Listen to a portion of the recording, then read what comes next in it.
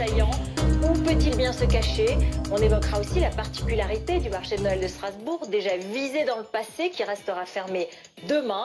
Strasbourg, symbole de l'Union européenne, mais aussi foyer important de radicalisation islamiste. Voilà, on va retrouver tout de suite Perrine Vasque qui est justement à Strasbourg. Elle est place Kléber. L'heure est au recueillement ce soir, Perrine, pour les habitants de la capitale alsacienne.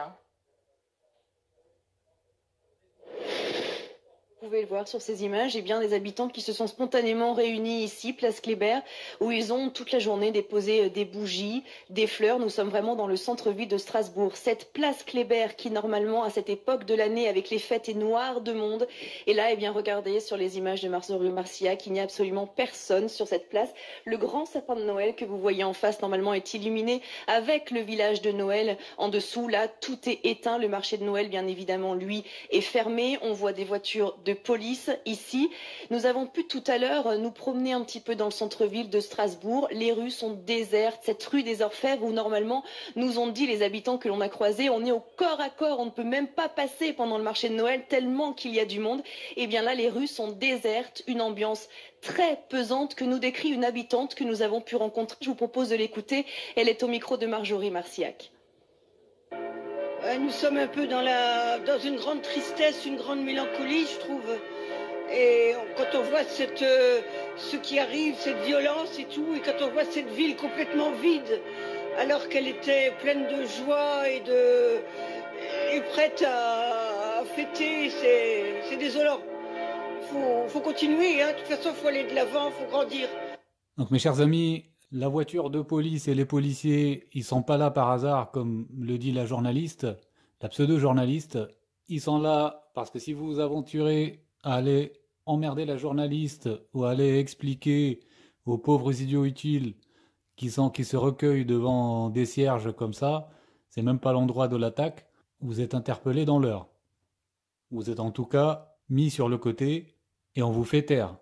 Ensuite, cette pseudo-journaliste a réussi à enregistrer, comme d'habitude, un idiot utile. Pour le coup, c'était une vieille idiote utile qui n'a rien compris aux manipulations à son âge et qui était pressée de se montrer à la télé. Sont aussi fermés. Ce soir, nous avons pu rencontrer un commerçant de la rue des Orfèvres, la brasserie, où des clients se sont réfugiés hier soir. Eh bien, le gérant nous disait tout à l'heure qu'il va fermer ce soir à 19h. Normalement, il y a un service de restauration les soirs de marché de Noël avec plus de 200 couverts. Et là, eh bien, ces salles étaient vides. Et en plus, eh bien, l'équipe du soir qui travaillait hier, il n'a pas voulu venir les faire travailler à nouveau. Ils étaient trop choqués. Les bâtiments de Strasbourg ce soir ont été invités à être éteints ou à être allumés en bleu, blanc, rouge. La chambre de commerce de Strasbourg, notamment, était illuminée en bleu, blanc, rouge. Et le marché, vous l'avez dit, sera à nouveau fermé demain. Merci beaucoup Perrine Vasque, donc en direct depuis la place Kléber à Strasbourg. L'assaillant, donc Cherif Chekat, a 29 ans.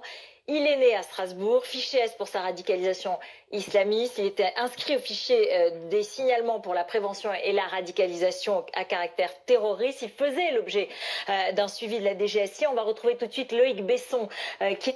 Voilà mes chers amis, je sais c'est révoltant parce que nous savons tous que cet acte arrange bien les affaires de l'État. Les plus éveillés d'entre nous savent comment se passent les planifications d'attentats et que les commanditaires qui ne laissent pas de traces sont les services secrets et le gouvernement lui-même. Ruth Elkrief, qui hier balançait déjà son faux sondage sur les gilets jaunes, elle disait que le mouvement était moins suivi dans les esprits, moins soutenu par les Français.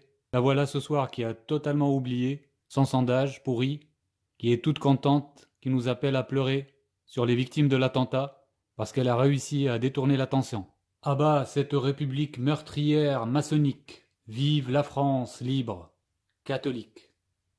Y compris aider, encourager ou alors mettre en place des attentats. Mes chers amis, il n'y a qu'une chose qui nous libérera. Allez bloquer leurs instruments de propagande, les merdias.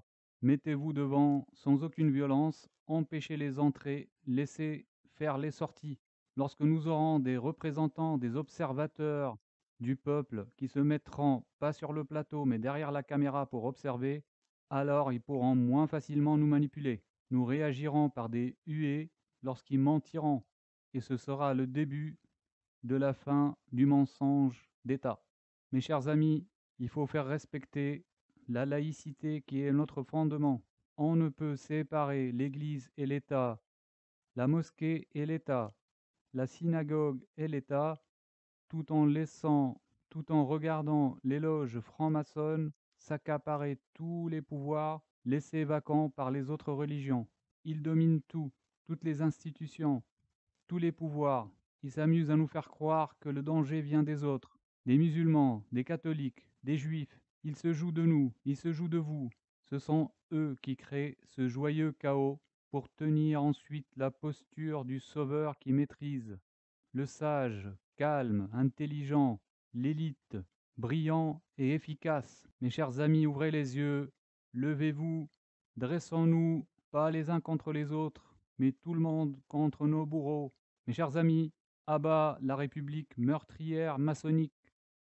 Vive la France libre, catholique. Mes chers amis, nous avons le même cadreur pour 2 chaînes et qui se prétendent les 2 en direct. Est-ce possible, mes chers amis? Ces gens-là sont tellement supérieurs qu'ils gagnent contre les lois de la physique et de l'espace-temps.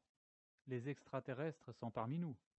Mes chers amis, demandons un revenu universel, au moins 800 € pour chacun, et jusqu'à notre décès, ceci en plus de nos revenus. Mes chers amis, c'est possible et ça ne coûtera rien de plus. Il suffira de mutualiser les aides existantes, de supprimer les organismes distributeurs des aides, d'économiser sur les différents contrôles, sachant qu'il y a des personnes qui ne savent pas demander les aides et d'autres qui fraudent, qui en prennent plus qu'il n'en faut. On simplifiera tout, on éliminera toutes les procédures et les pénibles constitutions de dossiers et de contrôles.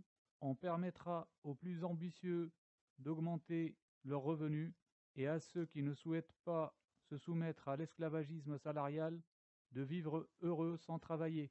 Ceci soulagera le marché du travail et inversera le rapport de force avec le capital et le patronat. Au final, nous gagnerons tous et nous entrerons dans un cercle vertueux économique, une formidable prospérité avec les projets de chacun d'entre nous qui vont s'accélérer et du coup les embauches qui vont suivre. La demande étant le moteur de l'emploi. Non merci, Étienne Chouard et les autres. Gardez vos idées pour vous-même. Si vous étiez bien informés, vous auriez traité depuis bien longtemps le sujet de la franc-maçonnerie. Vous auriez pointé le vrai mal du doigt. Vous nous expliquez que votre RIC serait le remède miracle, alors qu'un outil comparable comme les pétitions qui se sont démocratisées et qui existent en ligne, pour le commun des mortels ne décolleront pas au-delà de quelques dizaines de signatures, mais pour les élites et ceux qui ont de l'argent, il est très facile d'obtenir des centaines de milliers de signatures, et donc, comme pour toujours, les projets et les idées des uns seront promus et le peuple dans son ensemble perdra au change et devra se taire. Non, la vraie démocratie se fera par smartphone et par Internet, dans une consultation et un échange de propositions en temps réel. Nous économiserons en supprimant plusieurs institutions et services coûteux, vampires, comme le Sénat, et pas mal de hauts conseils à ceci, haute autorité à cela. Mes chers amis, à bas la République meurtrière maçonnique. Vive la France libre, catholique.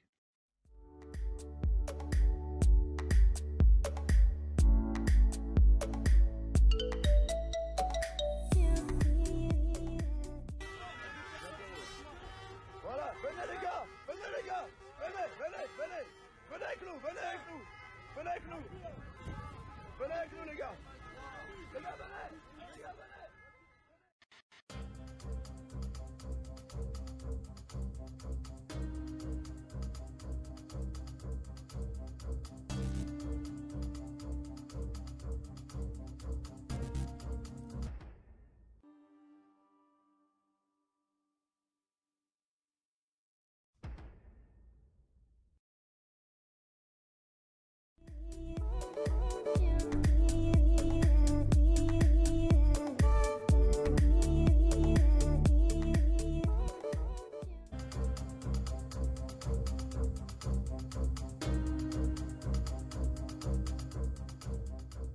invité.